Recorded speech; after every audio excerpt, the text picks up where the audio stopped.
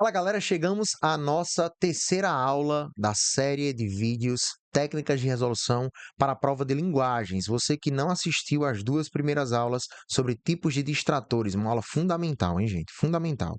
E tipos de questões, recomendo que assista. Estão muito diretas, objetivas, bem interessantes e essas aulas vão instrumentalizar vocês para responder de uma maneira mais segura a cada questão dessa prova, que, segundo vocês, é uma prova de interpretação, puramente interpretativa. Tá. E aí eu pergunto: você conhece as camadas de interpretação em prova? Existe isso, professor? Claro que existe, gente. Eu estou lidando com prova. E tudo que é prova, certame, exame, como o Enem, exige estratégia, conhecimento.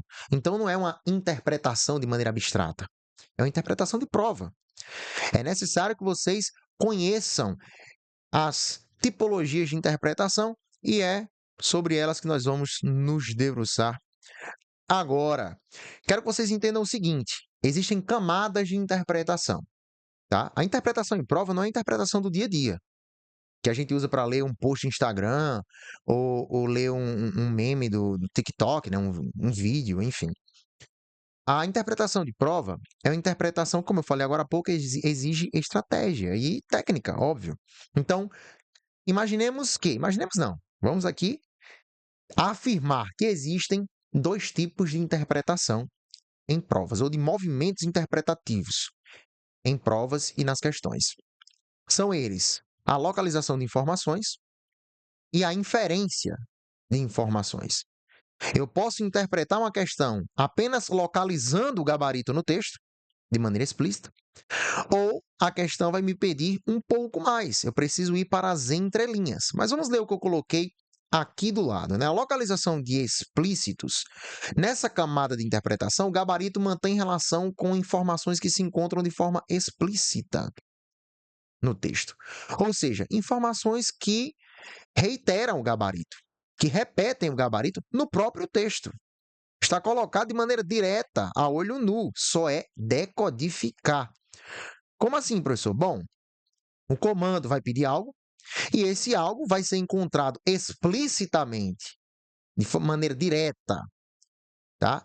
No texto, a amostra no texto, e esse trechinho que está explícito vai ser justamente o gabarito. Ou seja, o gabarito repete esse trecho do texto, tá? Então, nós temos aqui um primeiro tipo de interpretação. E você vai dizer, não, professor, isso não é nem tem, não. Tem, gente. Tem. Inclusive, arrisca dizer que todas as provas têm, viu?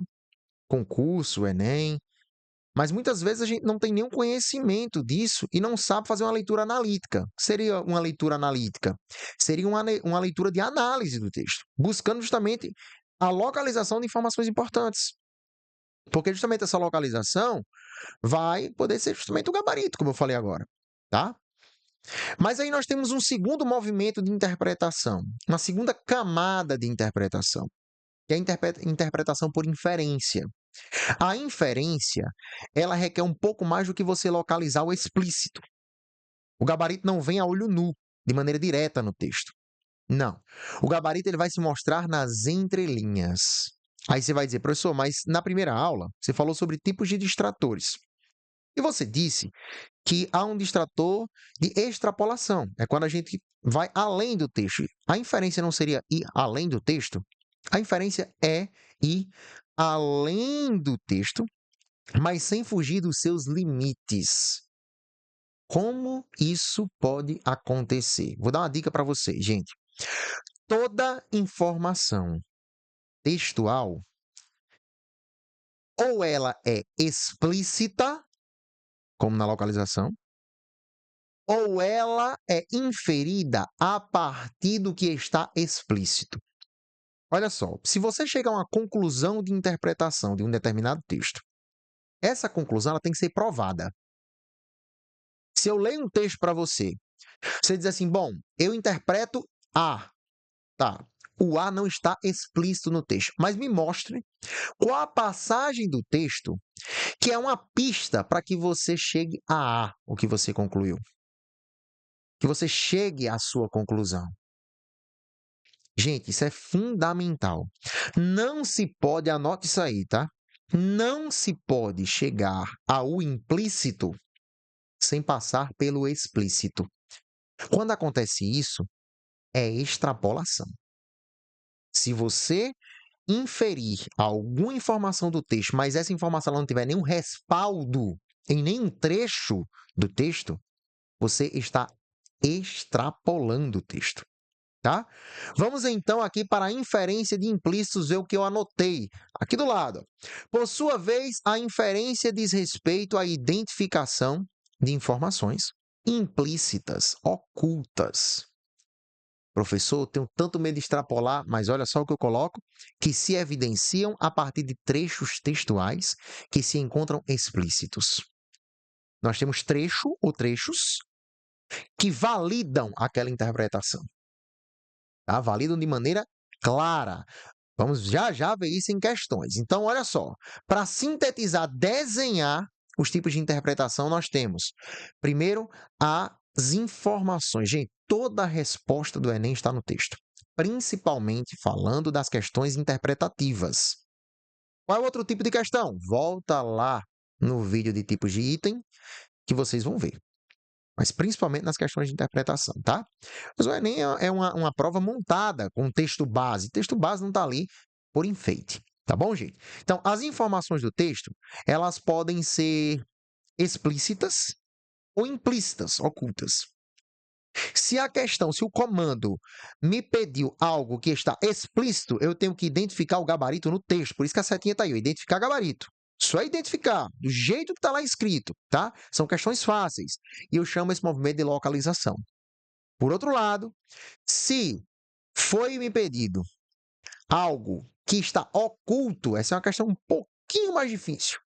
E aí eu vou ter que inferir uma informação implícita a partir de pistas que eu vou identificar no texto, por isso que eu coloquei a setinha aqui, identificação de pistas, e realizar um movimento de inferência, tá?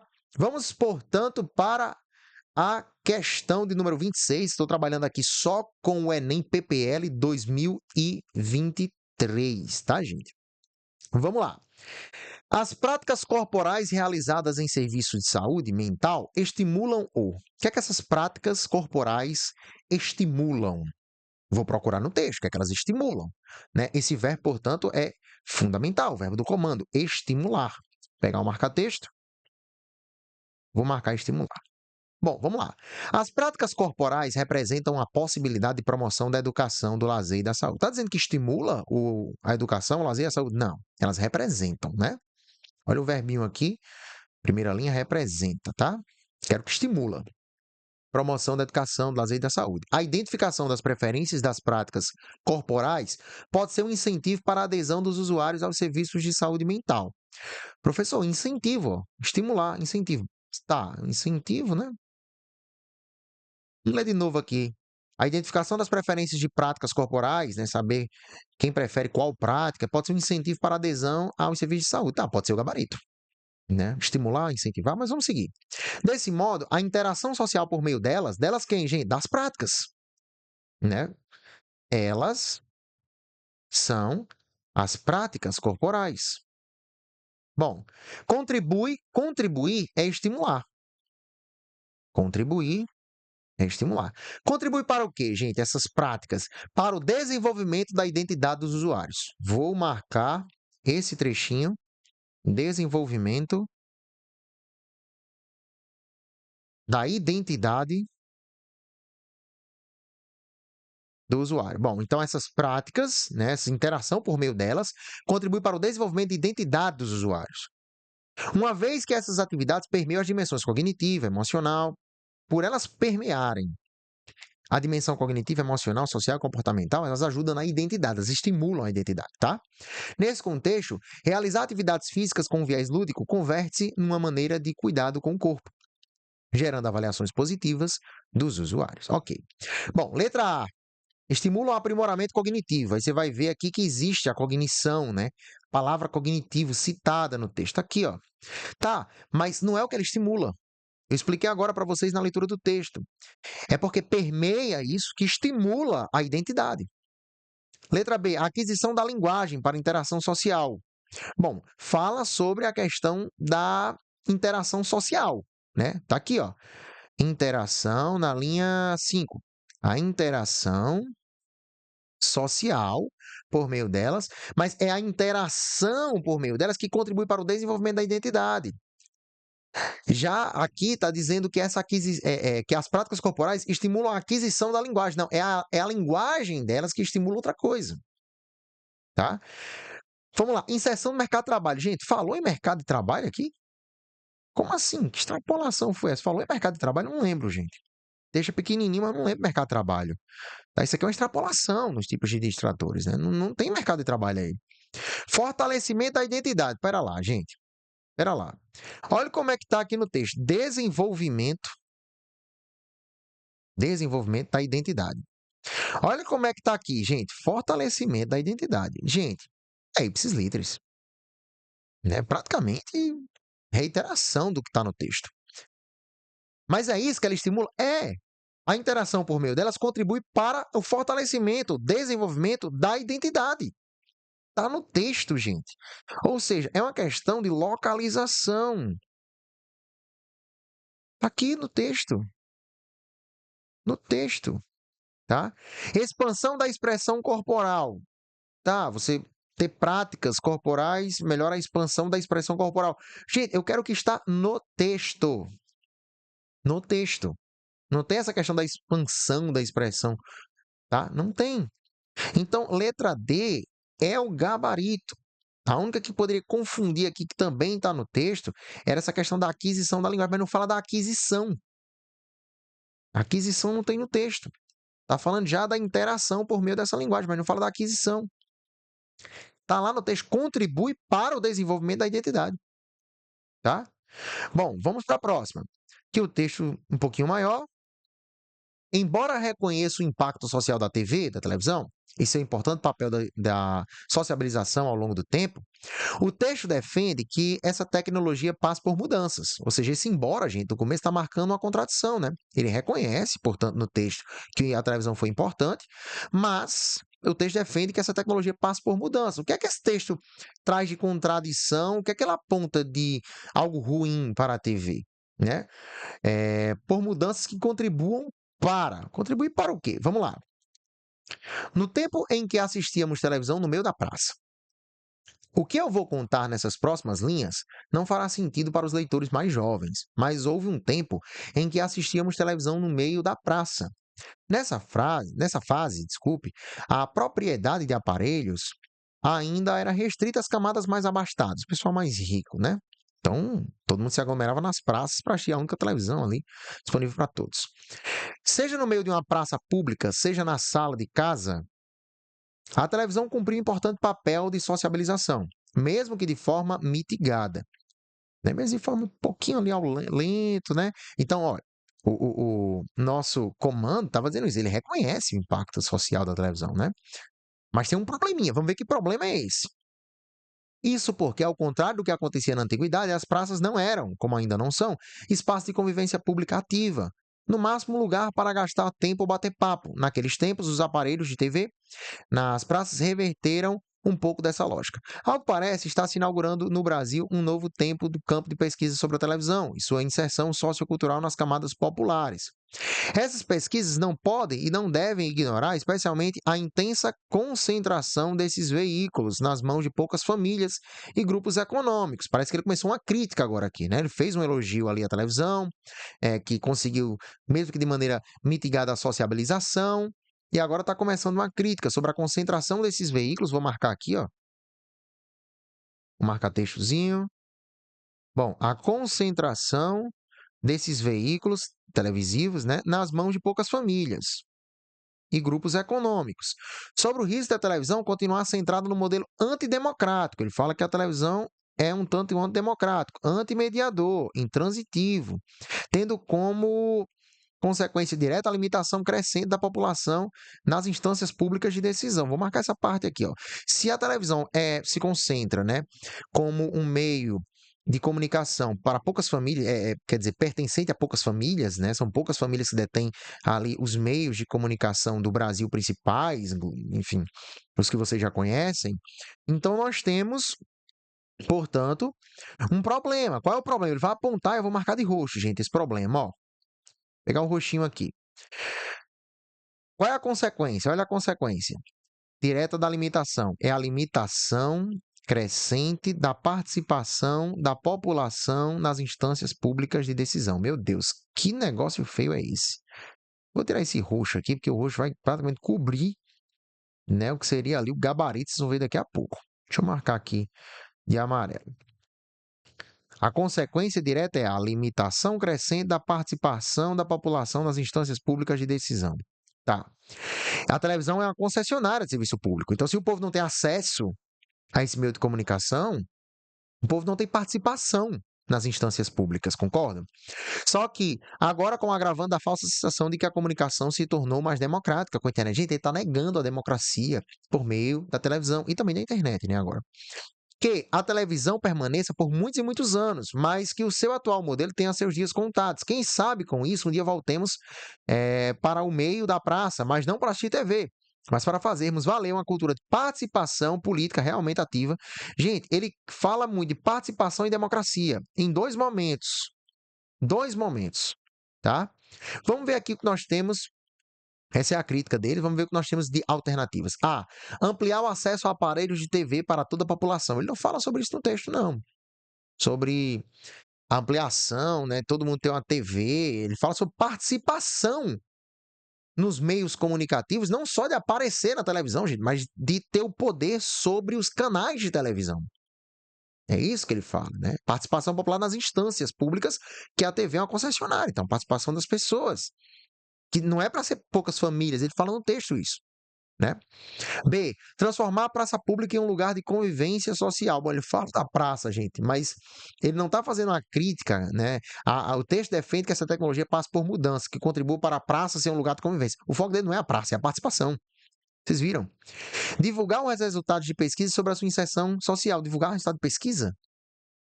Isso no texto extrapolou total. D. Fomentar uma maior participação da população nas esferas públicas. Gente, fomentar uma maior participação da população nas esferas públicas. Vou voltar para o texto. Olha só, aqui. Nesse trecho aqui, ó. Nesse trecho. Ele fala sobre a limitação crescente da participação da população nas instâncias públicas. Vou ler de novo. Participação da população das instâncias públicas. Está no texto. Ele quer que isso aconteça? Quer. Ele não quer que haja uma limitação disso. Ele quer que a televisão contribua para que aconteça isso. E ele diz isso no final. Lá no finalzinho, ele fala, não quer só ir para a praça, para assistir TV. Ele quer fazer valer uma cultura de participação política. Gente, tá do mesmo jeito aqui na letra D. Tá? Gabarito, letra D. É viabilizar sua permanência no futuro em contraposição à advento da internet. Bom, ele citou a internet, mas você não vai reduzir a isso, né, gente? Não é isso que ele quer como mudança principal proposta no texto. E ele nem fala sobre essa questão de que vai haver uma contraposição da TV em relação à internet. Não fala isso, gente. Bom, então nós temos aqui já dois gabaritos, duas questões de localização. Vamos para as questões de inferência. Está tudo ok aqui. Tá tudo ok, vamos seguir com questões de inferência. Olha só, um poema, né? E aí, quando tem gente que vê poema em linguagem, vai dizer, meu Deus do céu, me tremo todinho, professor. Poema é. Vamos lá. Na reflexão sobre os motivos e soluções do trabalho com a palavra, que é o poema, o que é a literatura? É a arte da palavra, né? O eu lírico defende que a poesia. O eu lírico defende que a poesia. Vamos lá, vamos ler o texto. Da calma ao silêncio. Quando eu morder a palavra, por favor, não me apressem. Quero mascar, rasgar entre os dentes a pele, os ossos, o tutano do verbo, para assim versejar o âmago das coisas. Gente, pera lá. Poema é difícil de ler? É porque requer um nível de inferência muito bom. Tá? Poema não se lê sem inferir. Porque poema se dá por metáfora, por figura de linguagem, enfim, a arte da palavra.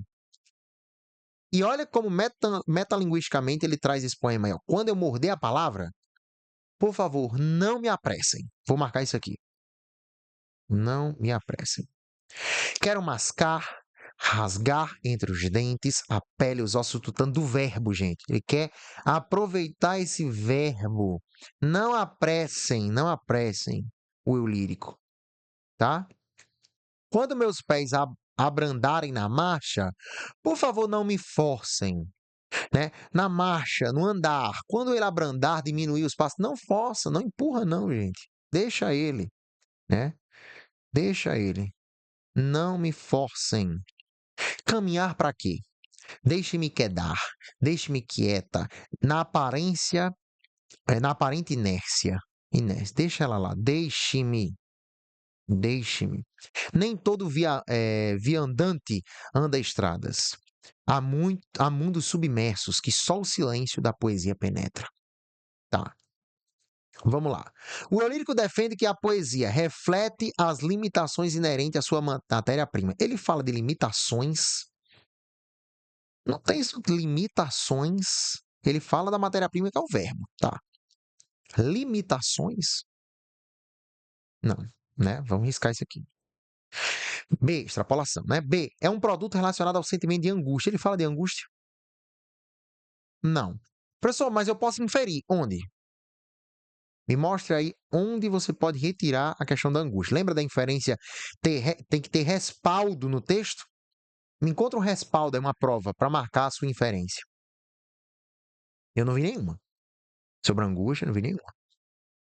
Tá? C. Exige o engajamento social para a sua plena realização. Engajamento social, eu tenho que falar de política, eu tenho que falar de sociedade. Ele fala isso, gente. Onde? Procure onde. Sempre que tiver com dúvida, marque. Vou dizer assim, na primeira linha ele fala isso. Marque. Eu não vejo nenhuma aí. Né? Então, nós temos 3 extrapolações aqui. Uma falando de limitações, outra falando de angústia e outra falando de engajamento social. Requer um tempo próprio de amadurecimento e plenitude. Pera lá. Tempo próprio. Eu tenho como inferir que o eu lírico fala sobre tempo próprio? Não tem essa palavra tempo próprio. Mas ele diz: não me apressem. Falar não me apressem já se refere a, deixa eu pegar a canetinha aqui, a questão de tempo. Tempo. Não me apresse, apressar. Tempo. Quero mascar. Gente, ele quer mascar, quer rasgar entre os dentes. Ele tem o tempo dele. Tempo próprio de amadurecimento. Por que amadurecimento? Ele quer mascar, rasgar, sentir o âmago dos verbos e das coisas que são versadas. Tá? Isso aqui é inferência possível, porque eu achei um trecho para inferir que há aqui um tempo próprio de amadurecimento.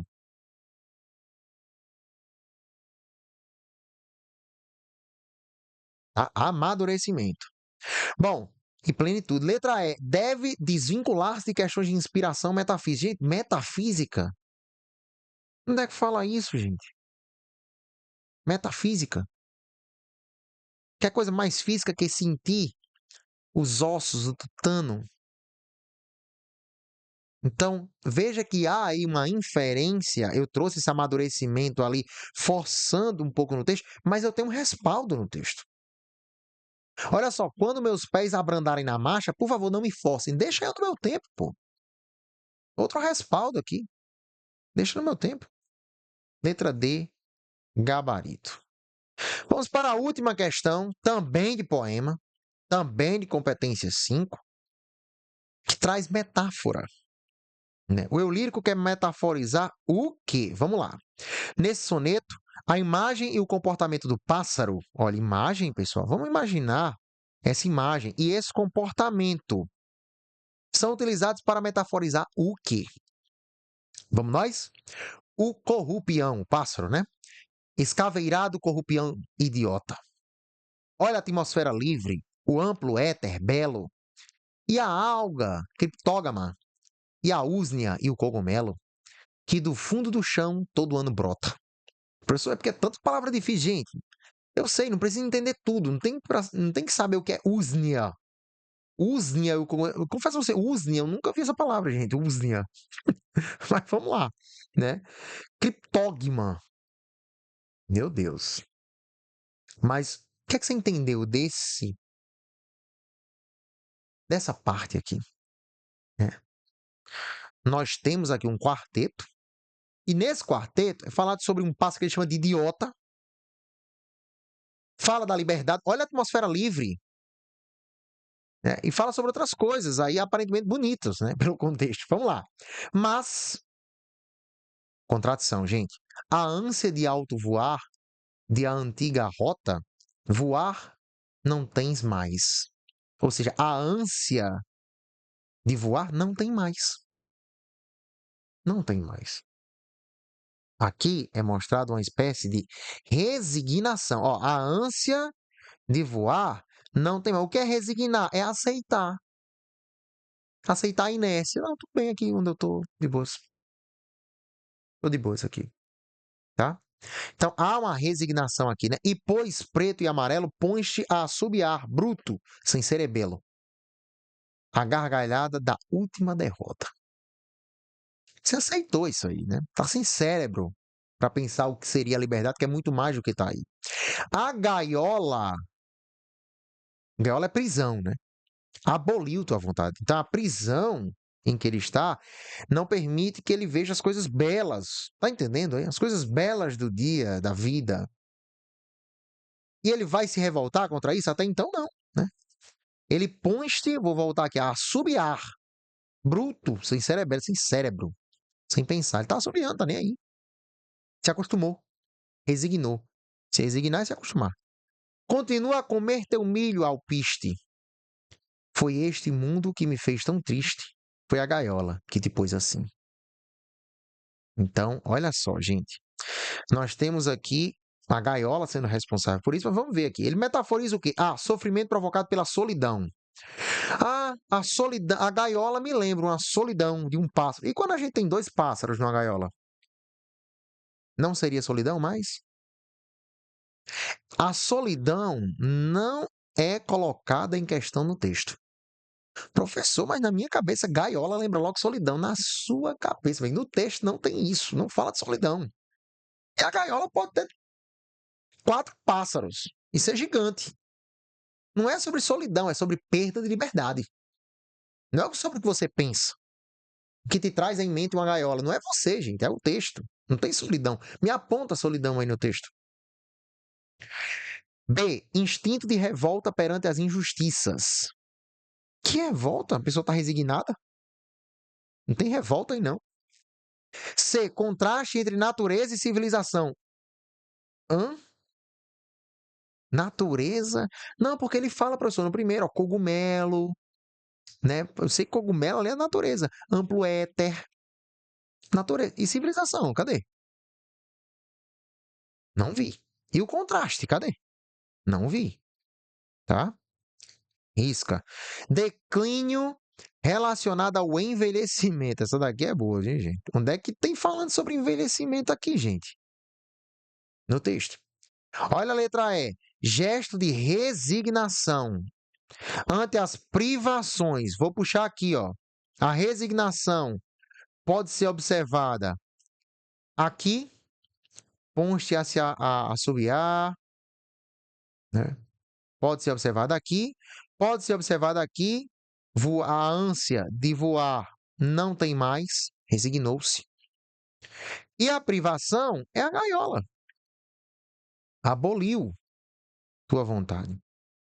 Nós encontramos aqui uma relação que eu não posso dizer explícita, mas implícita. E você viu que eu marquei para vocês aí, para não extrapolar, uma prova textual, um trecho que me põe a dizer para vocês que o gabarito é a letra E, com toda certeza. Então, existem técnicas de interpretação, toda a resposta está no texto. Aí resta saber se o item queria que vocês só localizassem ou se queria algo mais, que vocês inferissem, tá? Toda inferência tem que ter prova textual.